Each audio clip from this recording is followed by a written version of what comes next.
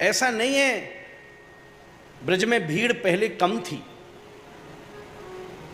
और निर्माण पुराने लोगों को करना नहीं आता था। अरे रूप गोस्वामी पाद, जीव गोस्वामी पाद ने, पता है गोविंद देव जी का मंदिर आप जाके देखो कृष्णदास, क्या मंदिर, 7 मंजिल का, तो क्या बड़े बड़े भवन नहीं बना सकते थे आचार्य चरण, जब इतना बड़ा मंदिर बना दिया। ये बिहारी जी का मंदिर अभी का है, ये गोविंद देव जी का मंदिर, राधा रमण जी का, साहब महाराज उस समय पर ऐसे बनाए जैसे भक्त आए, वैसे नहीं बनाए जैसे टूरिस्ट आए, वैसे बनाए।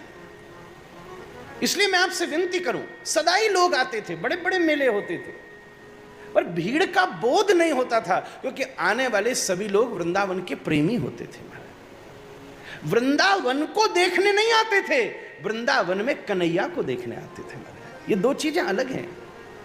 जगह को देखना टूरिज्म है, और उस जगह के रस का आस्वादन करना तीर्थ है महाराज।